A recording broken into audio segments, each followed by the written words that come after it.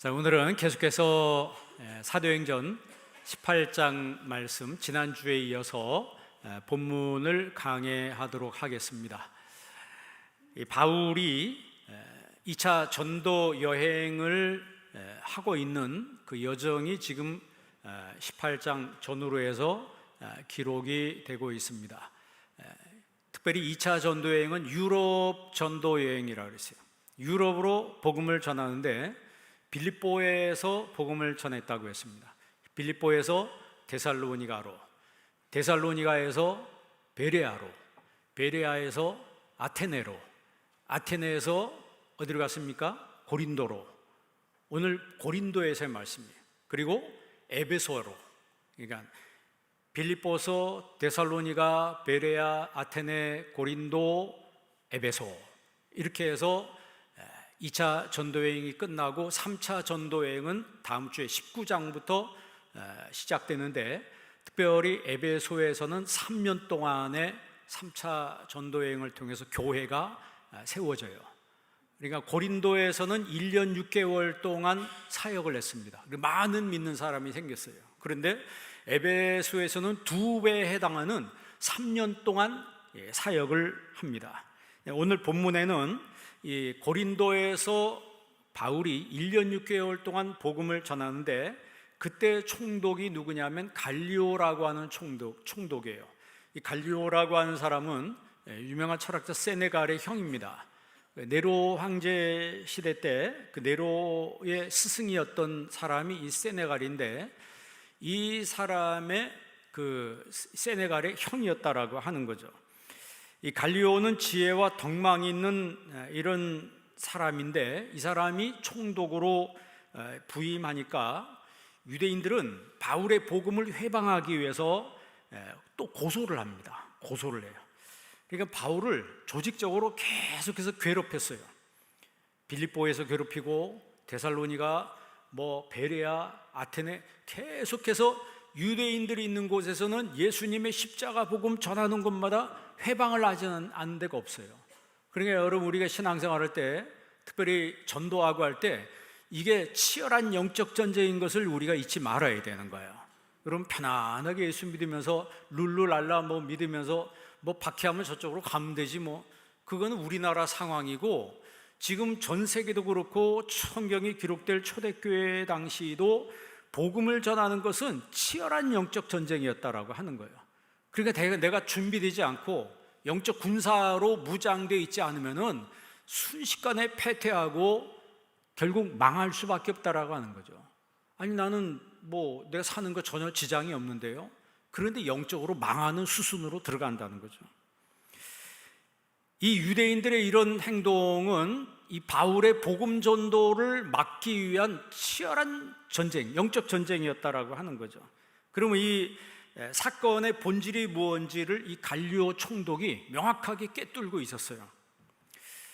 그래서 갈리오가 유대인들에게 말합니다. 이제 고소한 유대인들에게 말하는 거예요. 너희 유대인들아, 이것이 무슨 부정한 행위나 불량한 행동이었으면 내가 너희들의 말을 들어주지만, 그러나 만일 첫째 너희 언어 문제든지, 둘째 너희 명칭 문제든지, 세 번째 너희의 법에 관한 것이라면, 절기나 이런 것들, 유대인의 그 법에 관한 것이라면 너희 스스로 처리하라. 너희들끼리 처리하라. 나한테까지 와서 너희들의 문제를 재판해서는 안 된다라는 것이죠. 오늘 불행한 일이지만 한국교회가 교회를 세상에 나가서 재판 청하는 그런 건수가 굉장히 많습니다. 그러니까 불신자 재판관들이 그런다는 거예요. 아니, 도대체 하나님을 믿는 사람들이 하나님을 믿지 않은 나한테 자기들의 일을 와서 재판해달라는 게 이게 이상하다는 거예요. 고린도에도 바울이 그렇게 이야기하잖아요. 갈리오가 뭐라고 얘기했냐면, 나는 이러한 일로 너희들의 재판장 되기를 원하지 아니하노라 하면서 그들을 다 쫓아내버렸어요. 그러니까 갈리오가 냉철한 판단으로 이 모든 일을 다 기각시켜버렸습니다.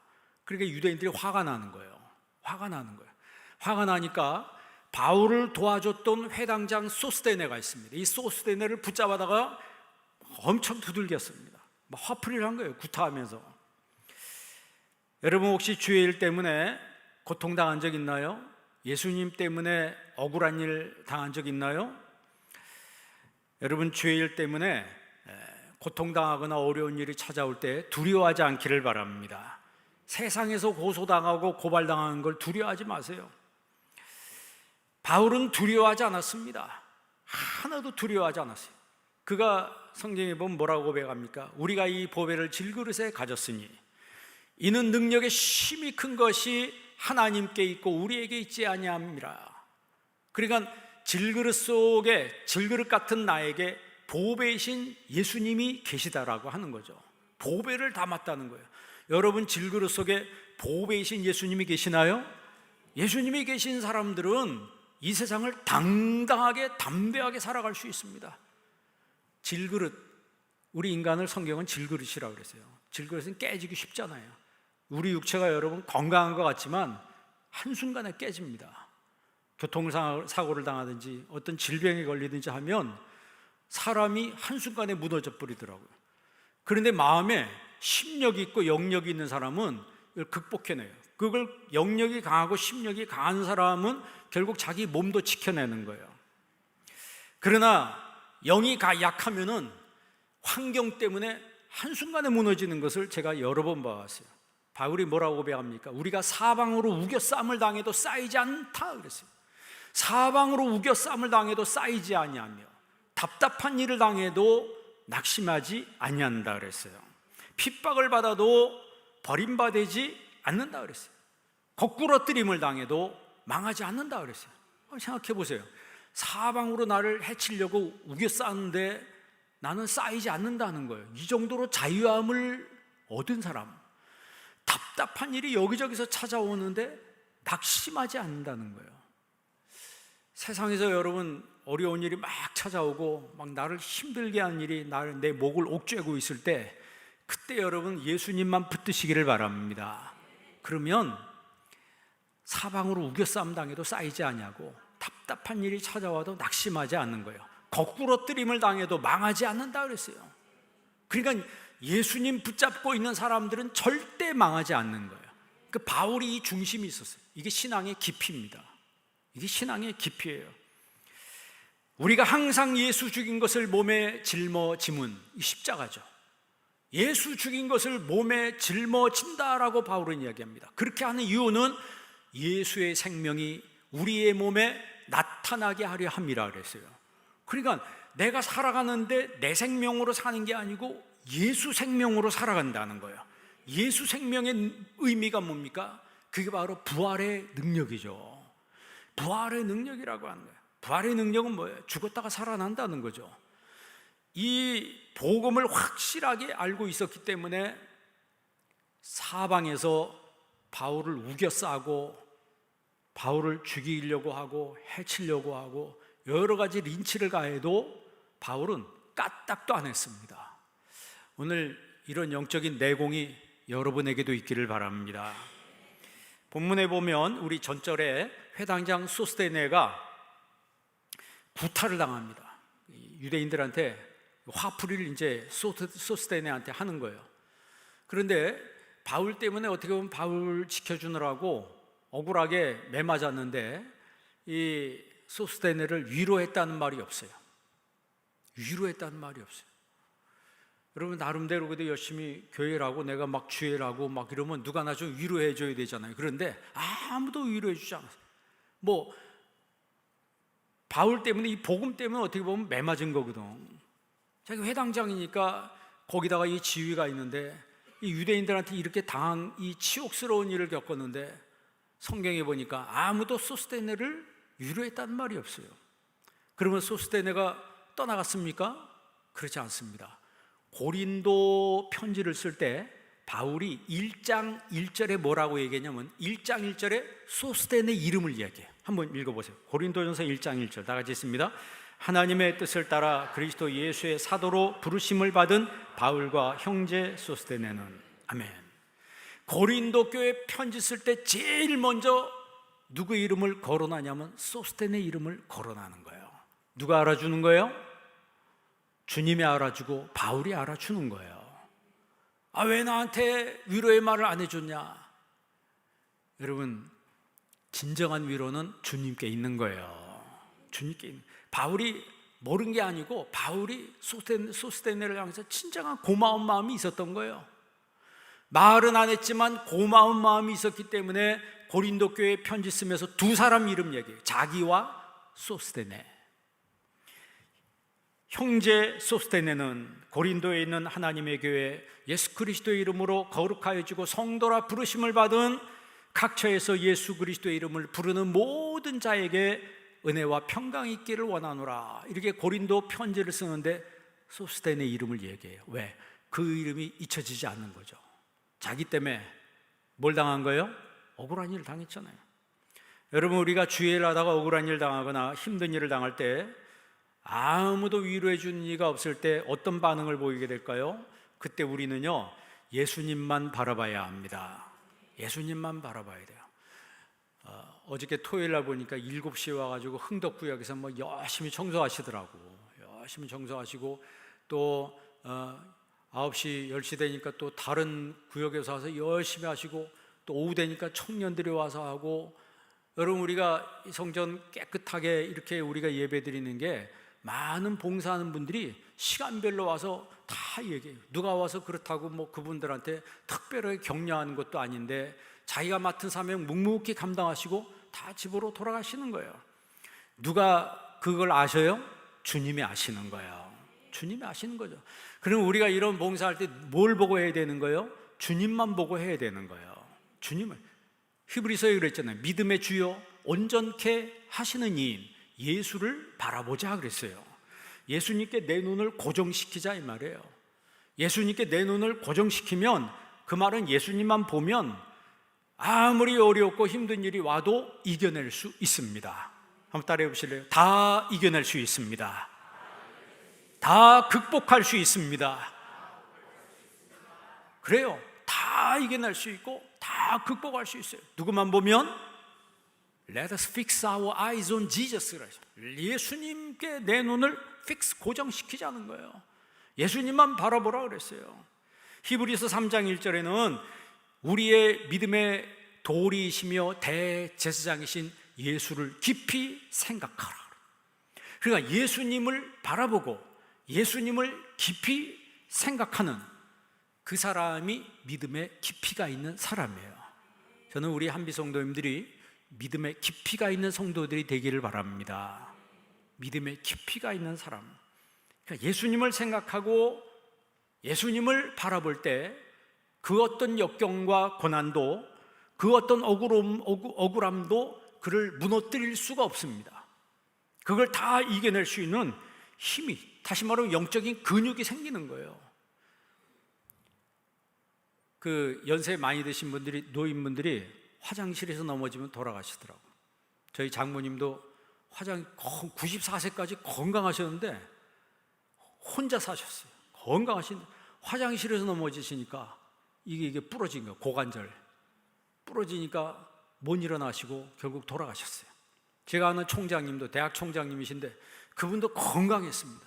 그런데 화장실에서 넘어져서 결국 못 일어나고 돌아가셨어요. 제가 장례식 참 많이 가보는데 돌아가시는 분 상당수가 화장실에서 넘어지시는 거예요. 그러면 결국 못 일어나는 거예요. 거기 넘어진 것 때문에 병원에 가면 병원에서 못 나오고 결국 거기서 돌아가시더라고. 그러면 어떤 의사분, 제가 지난주에 그 어떤 글을 읽어보니까 의사분이 이야기한 데 뭐냐면 근육이 약해서, 근육이 없어서 그렇다는 거예요. 근육이 없으니까 넘어진다는 거예요. 그러니까 여러분, 근육을 키워야 되는 거예요. 근육을 키워요. 그래서 노인에서는 막 뭘 들고 막 한다고 그러는데 근육이 있으니까 넘어지지 않는다. 똑같이 영적인 것도 마찬가지예요. 영적인 근육이 단단한 사람은요, 고난도 슬픔도 억울함도 다 이겨내는 거예요. 여러분, 잘 이겨내는 여러분 되시기를 바랍니다. 오늘 18절에 보니까 바울이 갱그리아에서 머리를 깎습니다. 갱그리아는 지금 그리스예요. 그리스. 왜 머리를 깎았어요? 나시린처럼 살기 위해서 나시린 서원을 하는 거예요. 그러니까 바울이 서원을 하였으므로 머리를 깎았다 그랬어요. 이 서원이란 말을 이제 유켄이라고 그래요. 헬라 말로 유켄이라고 하는데 여러분, 기도한다는 말은 이제 프로슈코마이라고 그래요. 동사. 명사로는 프로슈케 그러죠. 이 프로슈케라고 하는 이 기도라는 말은 프로스와 유케의 합성어예요. 프로스란 말은 toward란 말이고 유케란 말은 swear란 말이에요. 향하여 맹세한다는 거예요. 그러니까 기도는 하나님을 향하여 맹세하는 거예요. 하나님을 향하여, 하나님 내가 이렇게 살겠습니다. 하나님 내가 하나님 영광에서 이렇게 하겠습니다. 내가 여태까지 기도하지 않았는데 하나님 영광에서 내가 기도하는 삶을 살겠습니다. 그게 다 맹세거든요. 내가 하나님 앞에 온전히 예배드리겠습니다. 그거 여러분, 우린 생각 없이 말할 수도 있지만 그거 하나하나가 다 유케예요. 유케라고. 그러니까 오늘 바울이 서원을 하는 거예요. 서원을 하는데 머리를 깎는 거예요. 그러니까 나시린의 삶은 하나님 앞에 보다도 내 삶이 레디컬하게 살기 위해서 서원하는 거예요. 우리가 레디컬이라고 하는 것은 이제 급진적인 뭐 이런 뜻이지만 그 퍼스트 미닝은 철저하게 이런 뜻입니다. 철저하게. 그러니까 우리가 주님의 제자가 돼도 레디컬 디사이플이 돼야 되는 거예요. 철저한 주님의 제자가 돼야 돼요. 어벙한 제자가 아니고, 뭐 제자라고 하는데 어벙한 제자고 맹숭맹숭하고 이게 정말 신자인지 아닌지 제자인지 아닌지 이렇게 헷갈리는 그런 사람이 아니고 레디컬한 그런 제자, 철저한 제자. 여러분, 신앙생활도 여러분 철저하게 해야 되는 거예요. 여러분, 대충 하려고 하지 마십시오. 뭐 제가 여러 번 얘기하면 세상일 대충 해보세요. 장사하시는 분이 대충 한번 해봐요. 비즈니스 하시는 분이 대충 해봐요. 됩니까? 다 망합니다. 철저하게 해도 될까 말까 하는 그런 살벌한 세상인데, 아니 신앙생활 하는데 전능하신 하나님, 살아계신 하나님을 믿는데 설렁설렁 대충 안 믿는 거예요. 안 믿는 거라고. 아, 목사님 설교 너무 센데요, 너무 부담되는데요. 여러분, 부담을 좀 가져야 합니다. 그런데 내가 내 신앙이 레디컬하지 않으니까 부담이 되는 거예요. 레디컬하지 않으니까 부담이 되는 거예요. 그러나 내 신앙이 하나님 앞에 철저하게, 아크리보스라고 하죠. 아크리보스라고. 정확하다는 거죠. 이런 신앙이 되면 정말 이 바울의 이런 삶의 라이프 스타일이, 내가 정말 이런 바울과 같은 라이프 스타일을 내가 본받아야 되지 않겠는가, 스스로 도전이 되는 거예요. 바울은요, 십자가 복음 때문에 모진 박해를 여러 번 당하지 않아요? 목마르고 매맞고 파선당하고 동족의 위험과 이방인의 위험과 유대인의 위험과 40에 하나 감한매를 5번이나 먹고, 아니 매 맞았다는 거예요. 40에 하나 감한매를 5번이나 맞았다는 거예요. 이게 쉬운 일입니까? 우리 신앙은 얼마나 아니랍니까? 주일 성수하면 됐지 뭐, 11조 하면 됐지 뭐, 감사헌금하면 된 거 아니겠어? 스스로 한계를 딱 정해. 나는 여기까지만. 그러면 하나님도 그럴 거예요. 너는 여기까지만. 주님을 믿고 섬기는데 우리가 한계를 정해서는 안 되는 거예요. 주님을 믿고 섬기는. 여러분, 운동을 잘하는 선수는요, 테니스를 잘하고 탁구를 잘하는 선수 특징이 뭐예요?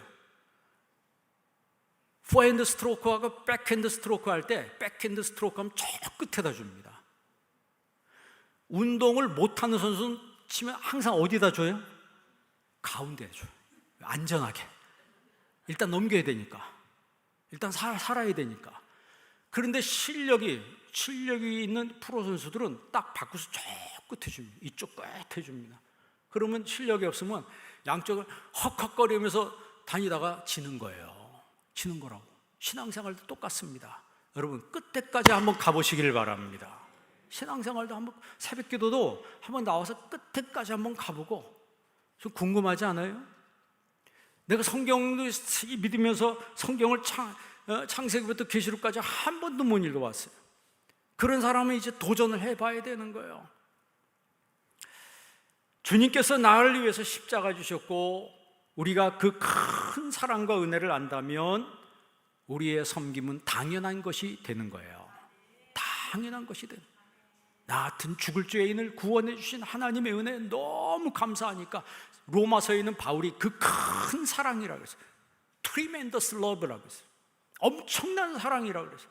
그 엄청난 사랑을 아는 사람은 당연히 섬기며 당연히 예배하는 거예요. 모르면은 해주는 거죠. 그렇지 않습니까? 봉사도 해주는 거고 헌금도 해주는 거고 내가 다 해주는 거예요. 그러나 아는 사람은 영적인 깊이가 있는 사람은 감사함으로 하는 거죠.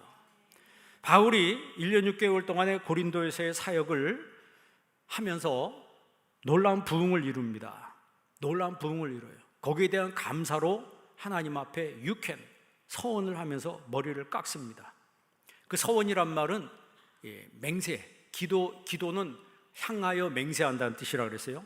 웨스트민스터 신앙고백서 22장 2항에는 이렇게 말합니다. 사람들은 하나님의 이름만으로 맹세해야 한다. 그리고 맹세할 때 하나님의 이름을 전적으로 두려워하는 마음과 경외심을 가지고 사용해야 된다. 웨스트민스터 신앙고백서에도 맹세해야 하나님의 이름으로 맹세하라 이렇게 돼 있어요. 그런데 예수님 뭐라 그러세요? 맹세하지 말지니 하늘로도 말고 땅으로도 말고 맹세하지 말라고 하는 것은 자기의 이익을 이루기 위해서 하나님의 이름 걸고 하나님의 이름 붙여서 맹세하지 말라는 거예요. 신명기 10장 20절에는 이렇게 써 있어요. 내 하나님 여호와를 경외하며 그를 섬기며 그에게 친근히 하고 그 이름으로 맹세하라. 성경에는요 여러 곳에 구약 성경에 하나님의 이름으로 맹세하라 이렇게 기록이 되어 있습니다. 그 성경의 근거에서 웨스트민스터 신앙고백서에 맹세하라 이렇게 되어 있는 거예요. 한번 여러분 이런 주의 이름으로 내가 맹세하고 내가 정말 레디컬하게 신앙생활을 해야 되겠다 이런 마음이 좀 들지 않아요? 이런 마음이 좀 들었으면 좋겠습니다. 그런 사람들이 이제 믿음의 깊이가 있는 사람으로 점점 나아가게 되는 것이죠.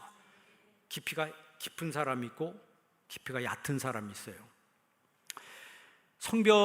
이 믿음의 깊이가 있는 사람은 결국 자기 자신을 깨끗하게 성별하는 사람들이죠.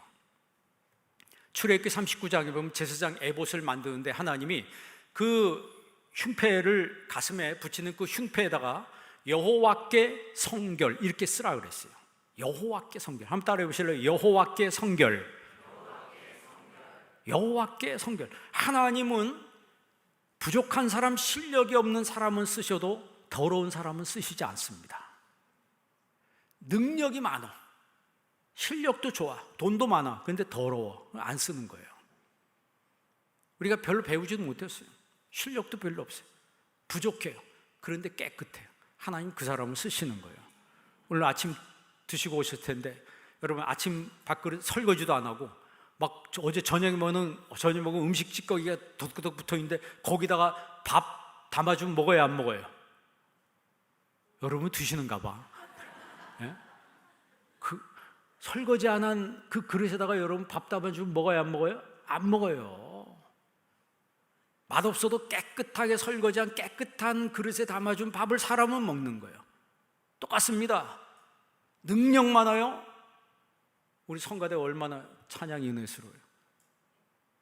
우리 성가대 중에 소프라노 전공 한 분이 있어요? 지휘자 한 분 외에는 제가 알기로는 전공하신 분이 없는 걸로 알고 있어요.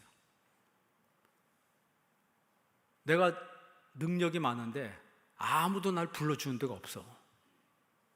실제 여러분 그런 분들이 굉장히 많습니다. 외국에서 유학해와가지고 공부 많이 하고 막 했는데 한국 와는데 아무도 불러주는 데가 없대. 불러주는 데도 없고 갈 데도 없어. 그런 분들은 성가대 와서 해야 되는 거예요. 진짜 그런 분들 제가 알기로는 굉장히 많다는 거예요. 그러니까 큰 세종문화회관 빌리는데 자기 돈 내고 자기가 티켓 다 사가 자기 공짜로 다 나와서 음악회 와서 들어주라고 이래. 지금 상황이 그렇게 되고 있다는 거예요. 능력은 많은데 쓰임 받지 못한다. 능력은 부족하지만 쓰임을 많이 받는다. 여러분은 많이 쓰임 받기를 바랍니다. 그럼 하나님은 어떤 사람 쓰신다고요? 성결한 사람을 쓰시는 거예요. 깨끗한 사람을 쓰시는 거예요. 자기 자신을 성결하게 관리하는 사람을 하나님 쓰시는 거예요. 여러분 디모데후서 2장 21절 한번 읽어볼래요? 다 같이 한번 읽습니다. 그러므로 누구든지 이런 것에서 자기를 깨끗하게 하면 귀히 쓰는 그릇이 되어 거룩하고 주인의 쓰심에 합당하며 모든 선한 일에 준비함이 되리라. 아멘. 자기를 깨끗하게 하면 귀 쓰는 그릇이 돼요. 그 귀 쓰는 그릇의 전제가 뭐예요? 자기를 뭐하게 하면? 깨끗하게 하면. 그래서 우리가 예배에 나와서 제일 먼저 회개를 해야 되는 거예요. 주님 앞에 회개하고 예배 준비하고, 그리고 예배를 드릴 때 주님이 그 예배를 받으시는 거예요. 오염된 거, 더러운 거 덕지덕지 붙어가지고 와서 이거 회개도 안 하고 그냥 시간 1시간 예배 채우고 그냥 나가면 아무것도 아닙니다. 아무것도 아니에요. 오늘 예배 여러분이 설교를 듣지만 이 설교 시간이지만 설교를 들으면서도 회개해야 되는 거예요. 회개를 통해서 내 영혼에 어떻게 보면 카타르시스가 이루어지는, 정화작용이 이루어지고 회개를 통해서 내 심령이 새로워질 때, 그때 하나님의 영의 능력을 더해 주시는 거예요. 힘이 나는 거예요. 바울은요, 고린도에서 이제 에베소로 갑니다. 그런데 에베소에 잠깐 머물고 떠나요. 잠깐 머물고 갈라디아, 부르기아로 갑니다. 왜냐하면 스케줄이 그렇게 돼 있기 때문에. 그런데 바울이 에베소를 떠나면서 내가 다시 오겠다 이렇게 얘기해요. 다시 오겠다.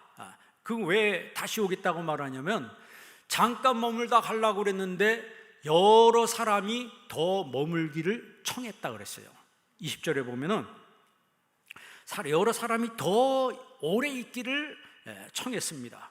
그러니까 복음을 환영하는 사람들이 많았기 때문에 바울은 에베소 전도에 대한 비전을 가지고 잠깐 이제 이 에베소를 떠나는 거예요. 사실 에베소는, 지난주에 고린도는 굉장히 어떻게 음란한 도시라고 그랬잖아요. 에베소도 똑같습니다. 고린도에는 아프로디테 신전이 있다고 그러죠. 거기 성창이 1000명이 넘는다고 그랬어요. 에베소를 제가 가봤습니다. 에베소를 가보니까 거기는 아데미 신전이 있어요. 아데미 신전도 그런 성창들이 1000명이 넘게 있었다는 거예요. 그리고 아데미 여신은 이 가슴이 24개나 되는 그런 우상 여인이었어요. 그 아데미 여신 우상이 조그만 게 있고 좀 큰 게 있고 더 큰 게 있고 값이 다 달라요. 그거를 집에 놓고 그 여신을 섬기는 거예요. 그럼 매일 그 가슴 여러 개 달린 그 신상 보면서 무슨 생각하겠어요? 남자들이? 시간 나면 그 아데미 여신 거기를 찾아가는 거예요. 그러니까 온 도시가 음란한 도시가 되는 거예요. 그런 세속 도시에 교회를 세우는 거예요. 그런 세속 도시에 교회가 세워져요. 사실 어떻게 보면 여기도 세큘러 시티 아닙니까? 여기도 세속 도시예요. 이 땅도 세속. 우리나라처럼 여러분 가는 곳마다 술 파는 데가 어디 있습니까? 음식점에 술 팔지, 하다못해 슈퍼에도 술 팔지. 술 안 파는 데가 어디 있어요? 편의점에 술 팔고.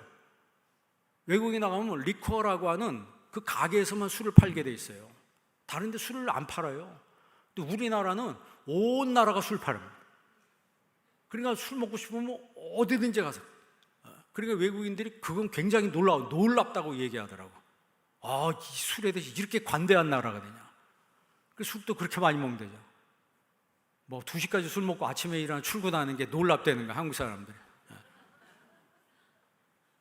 그런 얘기를 해요.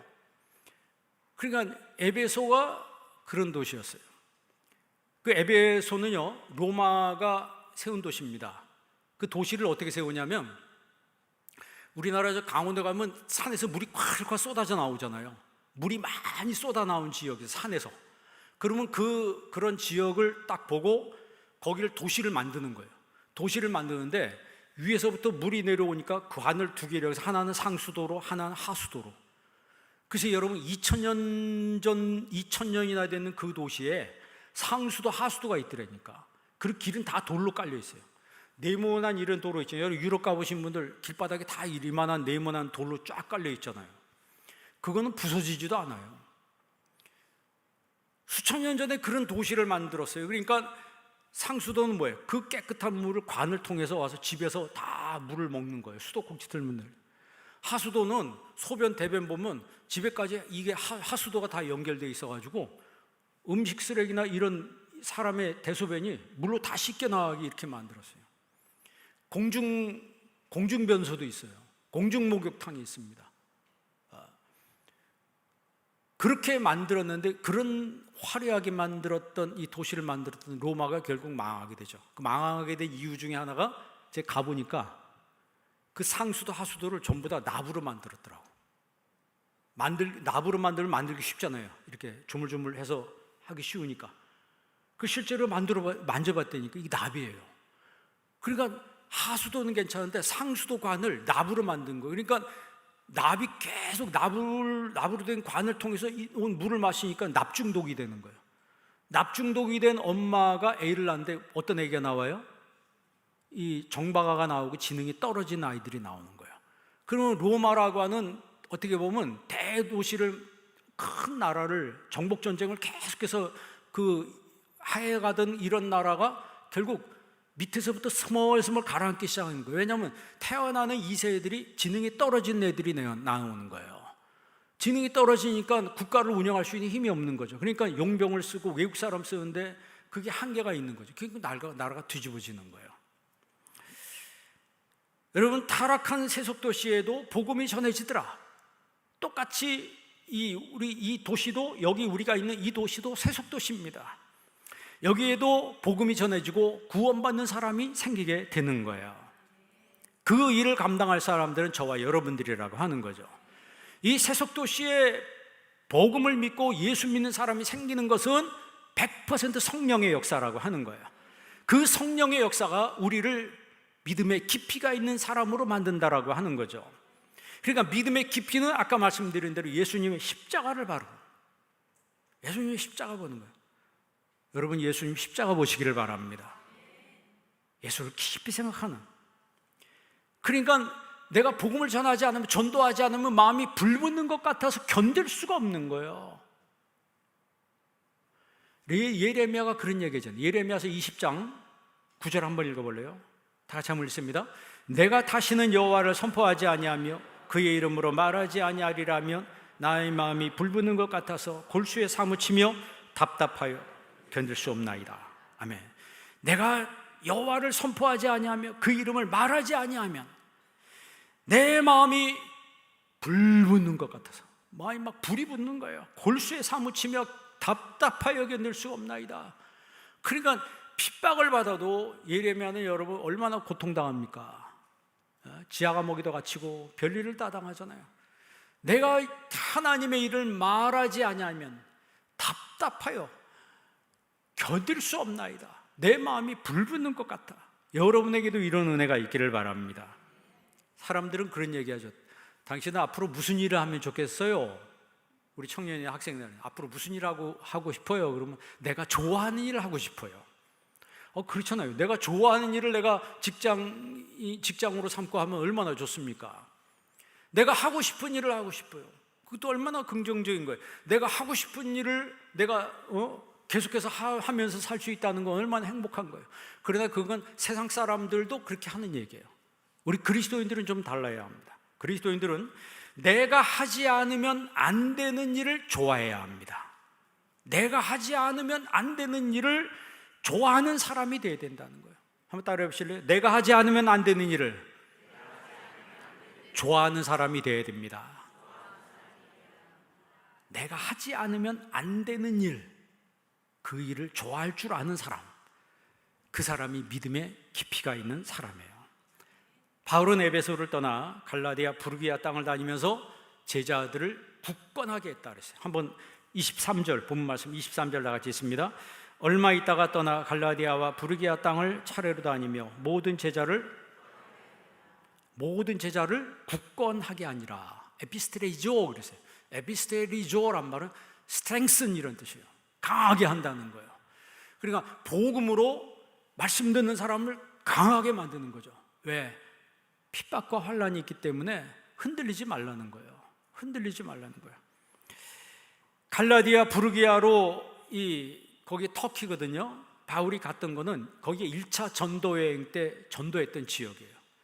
그러니까 에베소에서 그쪽으로 간 거는 1차 전도 여행 때 자기들이 세운 갈라디아 교회가 제대로 돌아가고 있는지, 제대로 운영되고 있는지 바울이 확인하기 위해서 가는 거예요.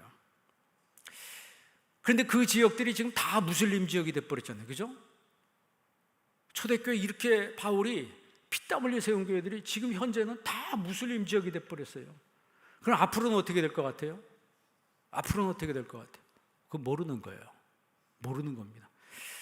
지난주에 제가 미국의 CBN 뉴스에서 긴급 속보로 나온 걸 제가 들어봤는데 제목 타이틀이 이거예요. 이란에서 예수혁명이 일어날까?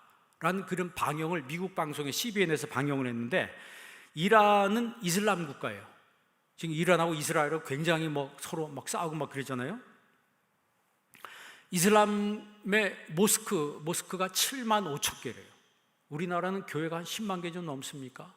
근데 모스크가 7만 5천 개인데 지금 현재 5만 개가 없어졌대요. 저는 그거 보고 놀랐어요. 아니, 모스크도 문을 닫나? 5만 개가 문을 닫았다는 거예요. 왜냐하면 이란 사람들이 옛날에 팔레비 왕조 이럴 때는 여성들이 민스커트 입고 굉장히 자유로운 그런 나라였는데, 이게 이슬람 국가가 되면서 종교 경찰이 생기니까 국법 위에 종교가 있어요. 그 나라는 그 이슬람의 통치를 받으면서 40년 통치받는데 국민들이 다 가난해진 거예요. 전부 가난해. 석유가 나오는데 가난해져. 지하자원이 있는데 너무너무 가난하게 사는 거예요. 그러면서 통제가 심해요. 여러분, 지난해인가에 어떤 젊은 여성이 히잡 쓰지 않았다고 사망한 그런 일이 벌어져서 여성들이 들고 일어나는 그런 일들이 일어났는데, 히잡 쓰지 않았다고 종교경찰에게 목숨을 잃는 그런 사건들을 보면서 이란의 국민들이 우리는 민주주의를 원한다 이렇게 얘기했는데, 노골적으로 이젠 더 이상 이슬람을 원하지 않는다는 얘기는. 그래서 이란의 교회가 세워지고 그 세워진 교회가 점점 부흥하고 있다는 거예요. 그건 뭘 의미합니까? 그러면 역사로 거꾸로 돌이켜서 과거로 돌아가 보면 왜 옛날에 그 페르시아나 이라크 있던 그 지역에 교회가 그렇게 세워졌는데 그 많은 교회들이 다 없어지고 다 모스크가 무슬림이 돼버렸어요? 그것도 지금과 똑같은 거예요. 교회가 타락하니까 사람들이 교회를 떠나는 거예요. 그리고 이슬람으로 다 개종을 해버리는 거예요. 물론 이제 거기 정치적인 것과 이슬람의 어떤 그 점령 후에 통치 방식에도 많은 차이가 있어요. 근데 결국은 사람들이 신앙을 지키지 않은 것은 자기들의 생활과 굉장히 밀접한 관계가 있다라고 하는 거죠. 그러니까 지금 무슬림 지역 시리아 같은 데 있잖아요. 시리아 선교사님 와서 얘기하는데 시리아의 많은 그 무슬림들이 지금 예수님을 믿고 있다는 거예요. 과거엔 상상을 못했는데, 왜냐하면 계속해서 전쟁이 일어나고 하니까 난민들이 생기고 하는데, 결국 그 사람들이 그거예요. 우리가 이슬람 알라 이렇게 믿었는데 나한테 해준 게 뭐냐, 이런 식으로 다녀요. 그런데 기독교 선교사들이 와서 계속 조건 없이 돕고 하니까 이 감동받아가지고 이분들이 개종을 한다는 거예요. 사실 이슬람 알라 그 꾸란에도 예수님이 있죠.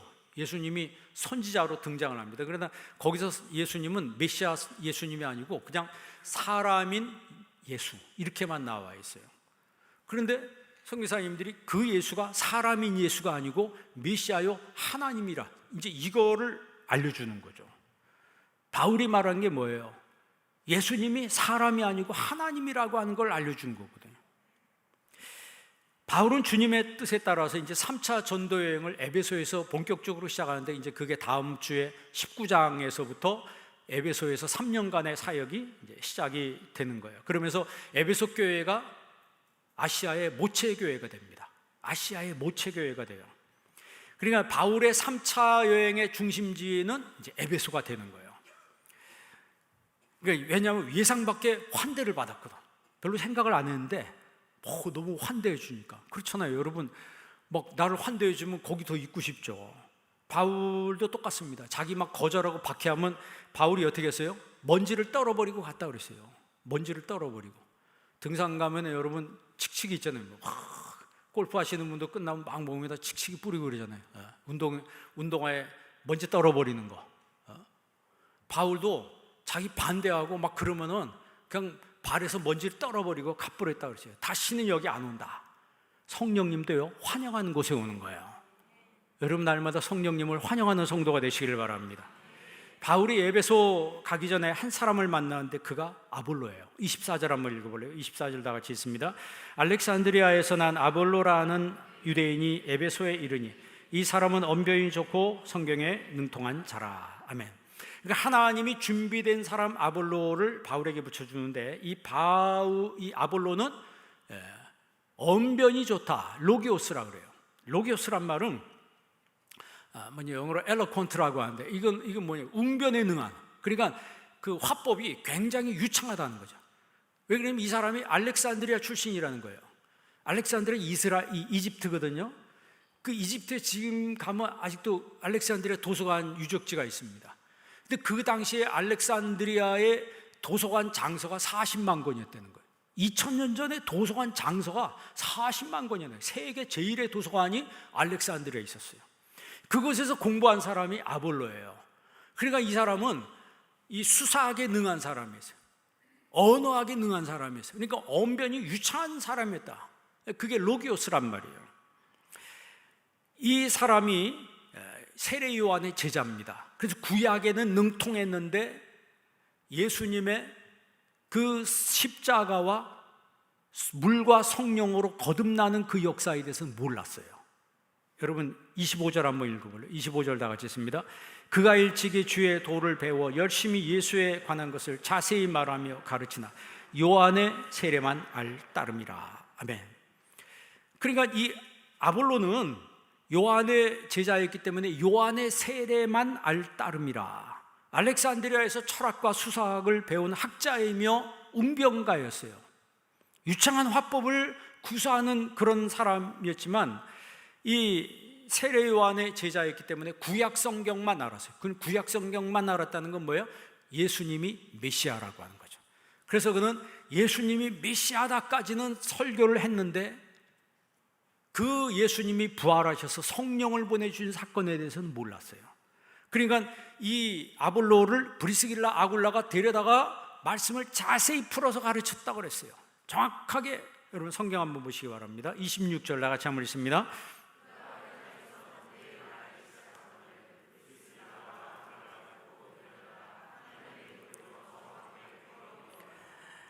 브리스길라 아굴라가 그를 데려다가 하나님의 도를 정확하게, 아크리비스타 토스라고 해서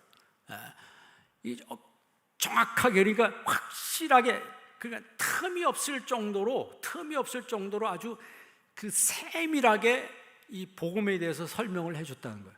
그 지금 브리스길라 아굴라는 평신도 아니에요. 아볼로는 그래도 뭐예요? 아볼로라고 하는 이 어떻게 보면 학자이면서 목회자거든.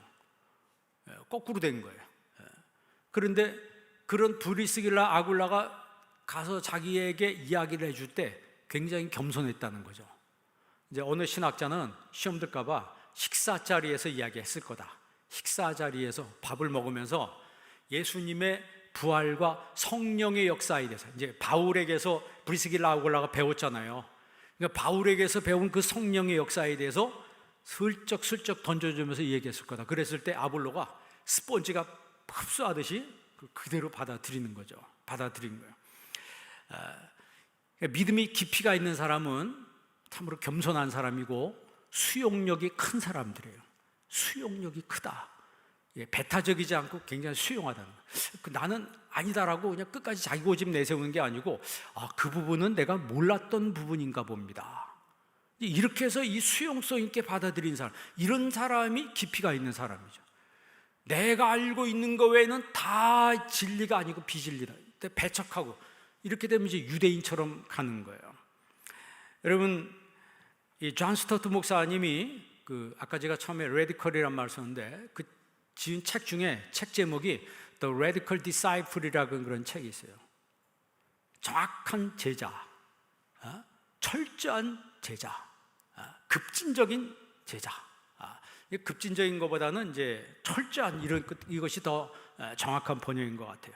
강한 제자, 전폭적으로 주님만을 의지하는 그런 제자. 사실 여러분, 아브라함이 하나님께서 그를 떠나라 했을 때 그가 떠난다는 것은 절대 쉬운 게 아니에요. 아들을 바치라고 했을 때도 그 아들을 바치는 것은 절대 쉬운 게 아니에요. 그렇게 떠나라고 할 때 떠나고 바치라고 할 때 바치는 그 자체를 레디컬이라고 보는 거죠. 레디컬이라고 보는 거예요. 그러니까 레디컬 디사이플이라고 해요. 정말 주의 말씀이라면 내가 주의 말씀 앞에 정확하고 아크리보스를 철저한 그런 제자. 여러분, 바울도요, 그렇게 철저하게 신앙생활했어요. 이 믿음의 깊이가 있었다는 거죠. 이 바울은 믿음의 깊이가 있었던 사람, 브리스길라 아굴라도 믿음의 깊이가 있었던 사람, 아볼로도 믿음의 깊이가 있었던 사람, 이 사람들이 하나님의 일을 감당했어요. 오늘 예배드린 여러분도 믿음의 깊이가 있는 성도들이 되길 주의 이름으로 축원합니다. 기도하겠습니다. 하나님 아버지, 감사합니다. 이 시간에 저희들에게 말씀을 주셨습니다. 들은 말씀 신비에 새기게 도와 주옵시고, 우리의 신앙이 더 하나님 앞에 깊어지며 믿음의 깊이가 있는 신앙인으로 주님 앞에 나아가는 저희들 되게 도와 주시옵소서. 예수님의 이름으로 기도합니다. 아멘.